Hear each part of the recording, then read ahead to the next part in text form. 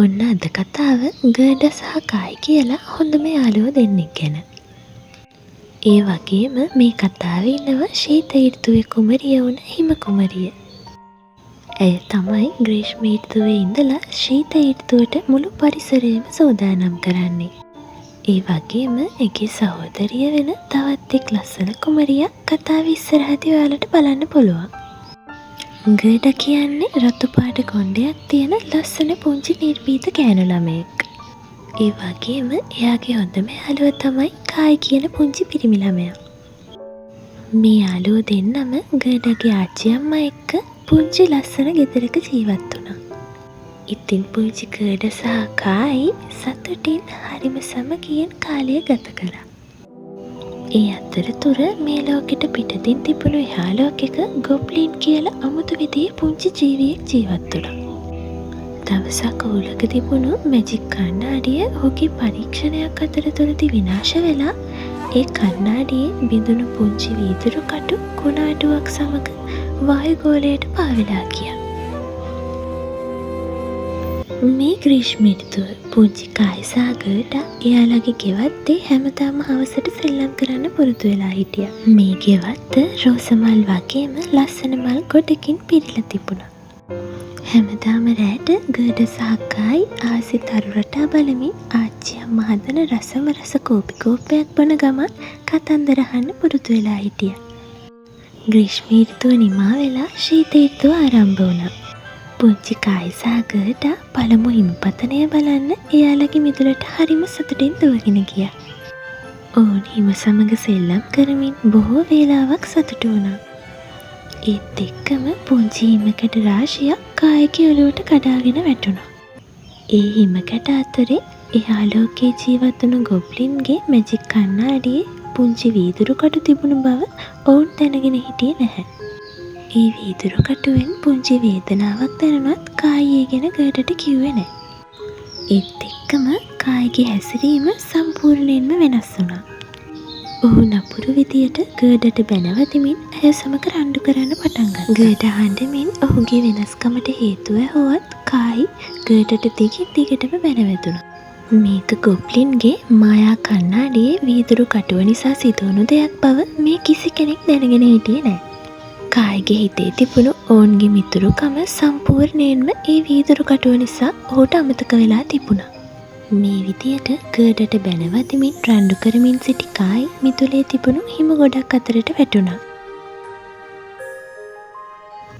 ඒ අතරතුර හිම කැට වගේ ලස්සන ගවුමකින් සැරසුණු හිම වගේ සුන්දර සමක් තිබුණු හිම කුමරිය පැමිණියා. ඇය කායි සහ ගර්ඩ ජීවත් වුණු ගම්මානය අතරින් ගමන් කරමින් සිටියා. ඒත් එක්කම කායි සිරවී සිටි හිමගොඩ දැකපු හිම කුමරිය ඇගේ මායා බලයෙන් හිමගොඩ අතරින් ඔහුව පිටතටගෙන ඔහුව බේරාගත්තා. හිමගොඩ අතරින් එළියට ආපු කායි හිම කුමරියටද බැනවදිමින් නපුරු විදියට හැසිරුණා. ඔහුගේ හිතේ ආදරය, අනුකම්පාව, කරුණාව වගේ හොඳ සිතුවිලි හැමදේම නැති වෙලා තිබුණා. මෙය මායා කණ්ණාඩියේ වීදුරු කටු මගින් සිදු වූ බලපෑමක් බව දැනගත් හිම කුමරිය කායිව සුව කිරීමට සිතාගෙන ඔහුව රැගෙන ඇගේ මාලිගාව වෙත යන්න පිටත් වුණා. ඔවුන් සීතල හිම අතරින් හිම කුමරියගේ මාලිගයට ළඟා වුණා. ඒ අතරේ පුංචි ගර්ඩ හඬමින් කායිව හැමතැනම හෙව්වා. අන්තිමේදී කායිව සොයා යාමට ගර්ඩ තීරණය කළා. ඇය නිර්භීතව තනිවම ගමන යාමට පිටත් වුණා. සීතලේ ගැහි ගැහි ඉදිරියට ගිය ගර්ඩ පයින් වනාන්තරයක් මැදින් ගමන් කළා. එවිට ඇයට කතා කරන පයින් ගසක් මුණ ගැහුණා. ඇය කායි පිළිබඳව මේ පයින් ගසෙන් විමසුවා. පයින් ගස ඇයට කායි පිළිබඳ තොරතුරක් දැන ගැනීමට වසන්ත සමයේ කුමරිය සොයා ගොස් ඇකෙන් විමසන ලෙස පැවසුවා. මේ විදියට සීතල සුළං මැදින් හිම අතරින් ඉදිරියට ගිය ගර්ඩට වසන්ත සමයට ගැලපෙන පරිසරයකින් අලංකාරවත් වුණ ගෙදරක් දැක ගන්න ලැබුණා. ඇය සතුටින් ඒ නිවස දෙසට දුවගෙන ගියා. මේ නිවස හා උයන ලස්සන විසිතුරු මල් වලින් පළතුරු පිරුණු ගස් වලින් පිරීලා තිබුණා. මේ උයනේ කුරුල්ලන්ගේ හඬවල්, පියාඹන සමනල්ලුන්ගෙන් නම් කිසිම අඩුවක් තිබුණේ නැහැ. මේ ලස්සන නිවසේ හිම කුමරියගේ සහෝදරිය වන වසන්ත ඍතුවේ කුමරිය වූ ඩාලියා කුමරිය ජීවත් වුණා. ශීත ඍතුවෙන් පසුව මුළු පරිසරයම වසන්ත ඍතුවට සූදානම් කිරීම ඇයගේ වගකීම වුණා. ඇය නිතරම කොළ පාට ගස්වැල්, පාට පාට මල්, පියාඹන සමනළුන් අතර කාලය ගත කළා. ඇගේ ඇඳුම් මෙන්ම හිසේ ඇති ඔටුන්නද සියල්ල ගස්වැල් හා මල් වලින් සැරසී තිබුණා. ඇගේ නිවස අසලට ගිය ගඩවදුටු වසන්තේ කුමරිය ඇයව ආදරයෙන් පිළිගත්තා.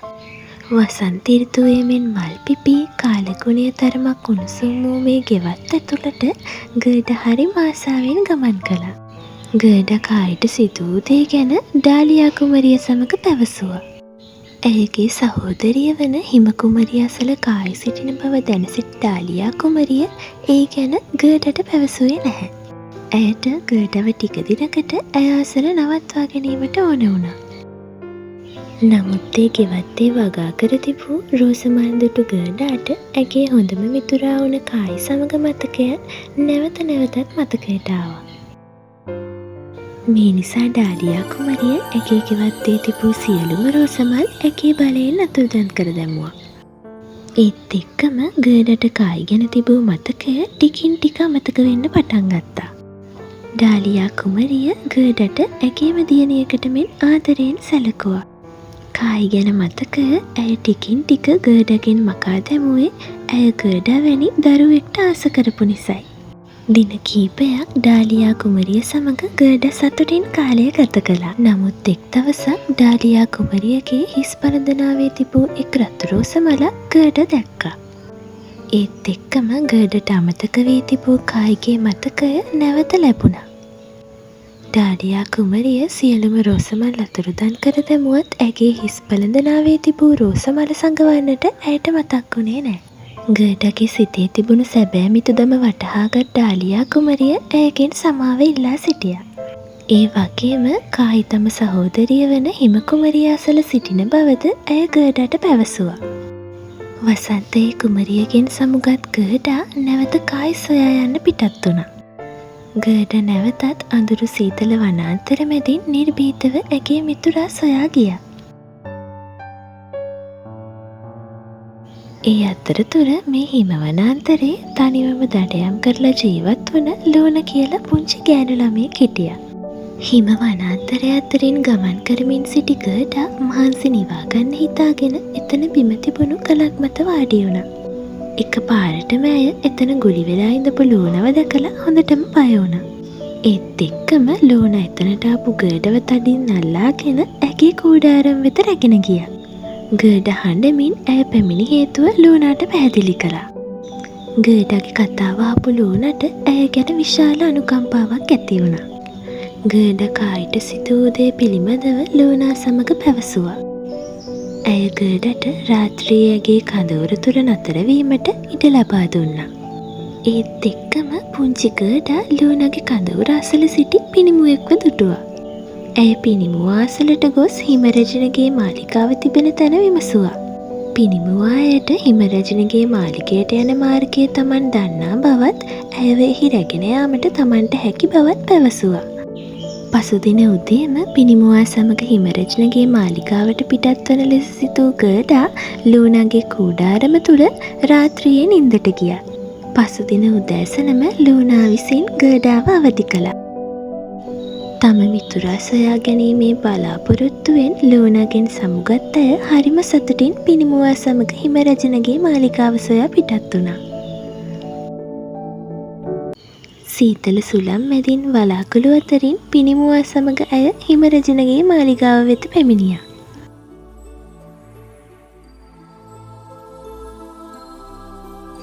ඒ අතරතුර හිමරජනගේ මාලිගාව තුළ සිටි කායි ටිකෙන් ටික අයිස් මෙන් ගල්වීමට පටන් ගත්තා. හිමරජන විසින් ඔහුට විසඳීමට මායා ප්‍රහේලිකාවක්ද ලබා දුන්නා. එම ප්‍රහේලිකාව සාර්ථක ලෙස විසඳුවොත් ඔහුට නැවත ගෙදර යාමට හැකි බව ඇය පැවසුවා. ඒ අතරතුරේ පුංචි ගඩා හිමරජනගේ මාලිගාවේ දොරටුව අසල සිටි මුරකරුවන් නිදා සිටි නිසා ලේසියෙන්ම මාලිගාව තුළට ඇතුළු වුණා. මාලිගාව තුළට ගිය ගඩට කායිව සොයා ගැනීමට වැඩි වේලාවක් ගත වුණේ නම් නැහැ. නමුත් පෙරදින මෙන්ම ඔහු ගඩට බැනවතිමින් නපුරු ලෙස හැසිරුණා. ඔහු තනිවම ප්‍රහේලිකාව විසඳන්නට උත්සාහ කළත් ඔහුට ඒ විසඳීමට නම් හැකිවුණේ නෑ. ගර්ඩා කායිව කොපමණ යථා තත්ත්වයට පත් කිරීමට උත්සාහ කළත් ඇගේ උත්සාහය සාර්ථක වුණේ නෑ. නමුත් කායිව බදාගෙන හඬමින් සිටි ගර්ඩාගේ කඳුළුවලින් කායිගේ ගල්වුණු හදවත මෘදු වී ඇය සමග ඔහුද හඬන්නට පටන් ගත්තා. ඒත් එක්කම ඔහුගේ ඇහි තිබුණු මායා කණ්ණාඩියේ වීදුරු කැබැල්ල ඉවත් වී ගියා. කායිගේ මතකය නැවත ලැබී ඔහු යථා තත්ත්වයට පත් වුණා. ඒත් එක්කම හිම කුමරිය ඔවුන් අසලට පැමිණියා. හිම කුමරිය විසින් කායිට සිදු වූ දේ පිළිබඳව ඔවුන් දෙදෙනාටම පැහැදිලි කළා. ගර්ඩාගේ හිතේ තිබුණු අසීමිත මිතුරුකමත් ඇගේ නිර්භීතකමත් නිසා කායිට නැවත සුව වූ බව හිම කුමරිය පැවසුවා.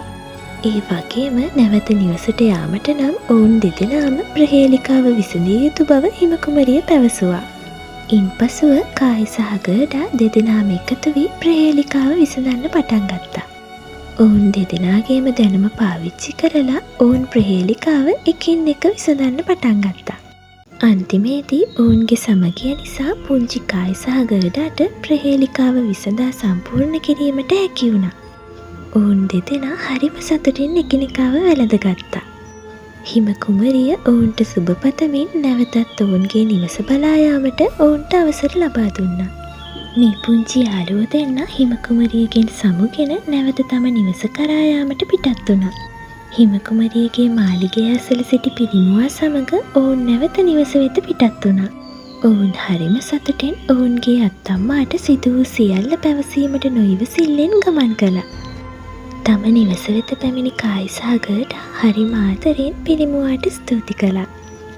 පුංචි යාළුවන් දෙදෙනා ඔවුන්ගේ අත්තම්මා අසලට දුවගෙන ගොස් ඇයට ආදරයෙන් තුරුළු වුණා. ශීත ඍතුවේ නිමාවත් සමග වසන්ත ඍතුව පැමිණියා. පුංචි කායි සහ ගර්ඩා සුපුරුදු විදියටම තම ගෙවත්තේ විනෝද වෙමින් සතුටින් කාලය ගත කළා. ඔන්න මේ විදියට තමයි අද කතාව ඉවර වෙන්නේ. මාව සබ්ස්ක්‍රයිබ් කරන්න අමතක කරන්න එපා.